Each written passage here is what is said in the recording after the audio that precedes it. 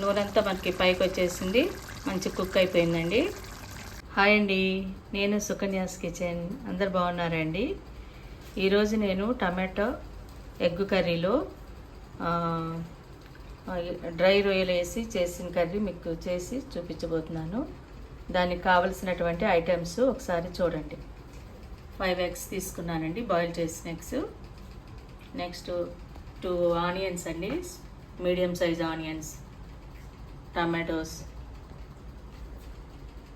కడిగి క్లీన్ చేసి పెట్టుకున్నటువంటి రొయ్యలండి, ఎండు రొయ్యలు. పచ్చిమిర్చి, కరివేపాకు. ఇది ఎలా చేయాలో నేను మీకు చేసి చూపిస్తానండి, చూడండి. ఓకే అండి, ఇది ఆల్రెడీ బాయిల్ చేసి పెట్టుకున్నాను అనమాట. 4 స్పూన్స్ ఆయిల్ అండి, చూసారు కదండి, స్మాల్ స్పూన్. ఆయిల్ హీట్ ఎక్కిందండి. ముందుగా మనం క్లీన్ చేసి పెట్టుకున్నాం కదండి ఈ ఎండు రొయ్యలు, శుభ్రంగా క్లీన్ చేసి పెట్టుకున్న ఎండు రొయ్యలు దాంట్లో వేయాలండి.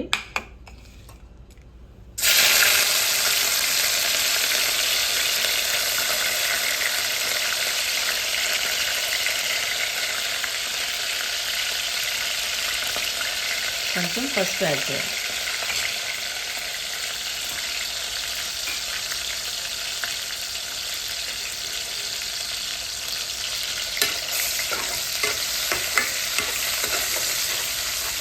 ఇది మంచిగా మనం రెడ్గా అయ్యేదాకా, ఫ్రై చేసుకోవాలండి. ఇదిగోండి, మంచిగా ఫ్రై అయిపోయినాయి. ఈ మంచిగా ఫ్రై చేసుకోకపోతే బాగోవండి ఈ డ్రై ఫ్రాన్స్. తర్వాత ఆనియన్స్ వేయాలండి, మీడియం సైజు ఆనియన్స్ 2 పెట్టుకున్నాం కదండి.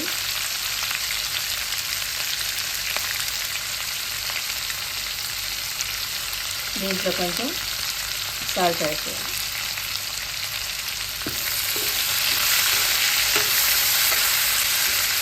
ఇది మంచిగా కొంచెం ఫ్రై అయ్యేదాకా ఫ్రై చేసుకోవాలి. దీంట్లోనే మనం పచ్చిమిర్చి, కరివేపాకు వేసేయాలి. ఇవన్నీ మంచిగా ఫ్రై చేసుకోవాలి.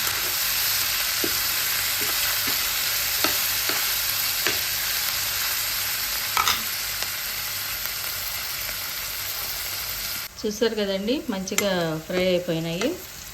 ఆనియన్స్ మంచిగా వేగిపోయినాయి అన్నమాట.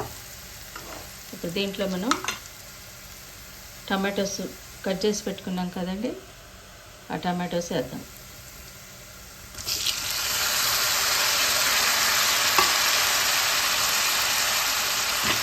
ఈ టమాటోస్ కొంచెం మగ్గటాక మనం కొంచెం సాల్ట్ యాడ్ చేద్దాం.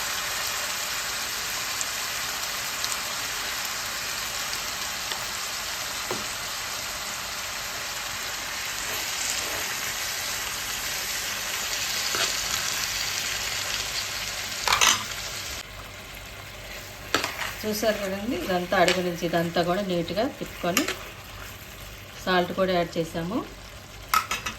దీని మీద మనం మూత పెట్టుకోవాలండి. ఒక 10 minutes పెట్టుకుందామండి, తర్వాత చూపిస్తాను.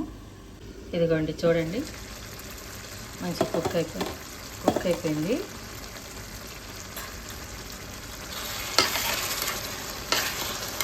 ఒక 10 minutes మగ్గిన తర్వాత దీంట్లో మనం కొంచెం కదండి సాల్ట్ వేసాం.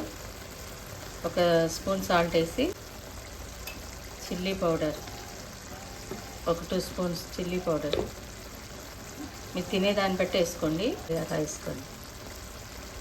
ఇదిగోండి, ధనియాలు, జీలకర్ర పొడి.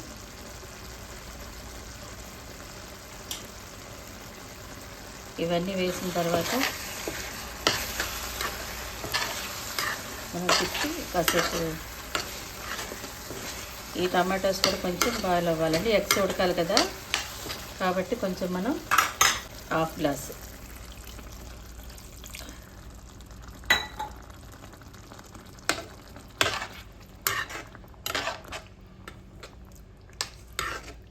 ఒక 2 minutes ఉడికిన తర్వాత ఎగ్స్ వేద్దామండి దీంట్లో. ఓకే అండి, మూత పెట్టేద్దాం. ఇంకా టమాటోస్ కుక్ అవుతాయి అన్నమాట. ఒక 2 మినిట్స్ తర్వాత వాటర్ పోసాం కదా.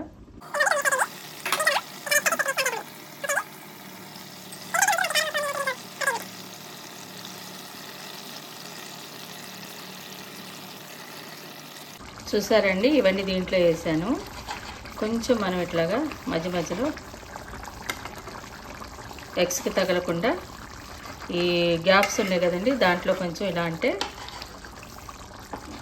ఈ కారం ఇవన్నీ కూడా దాంట్లో పడతాయి అన్నమాట.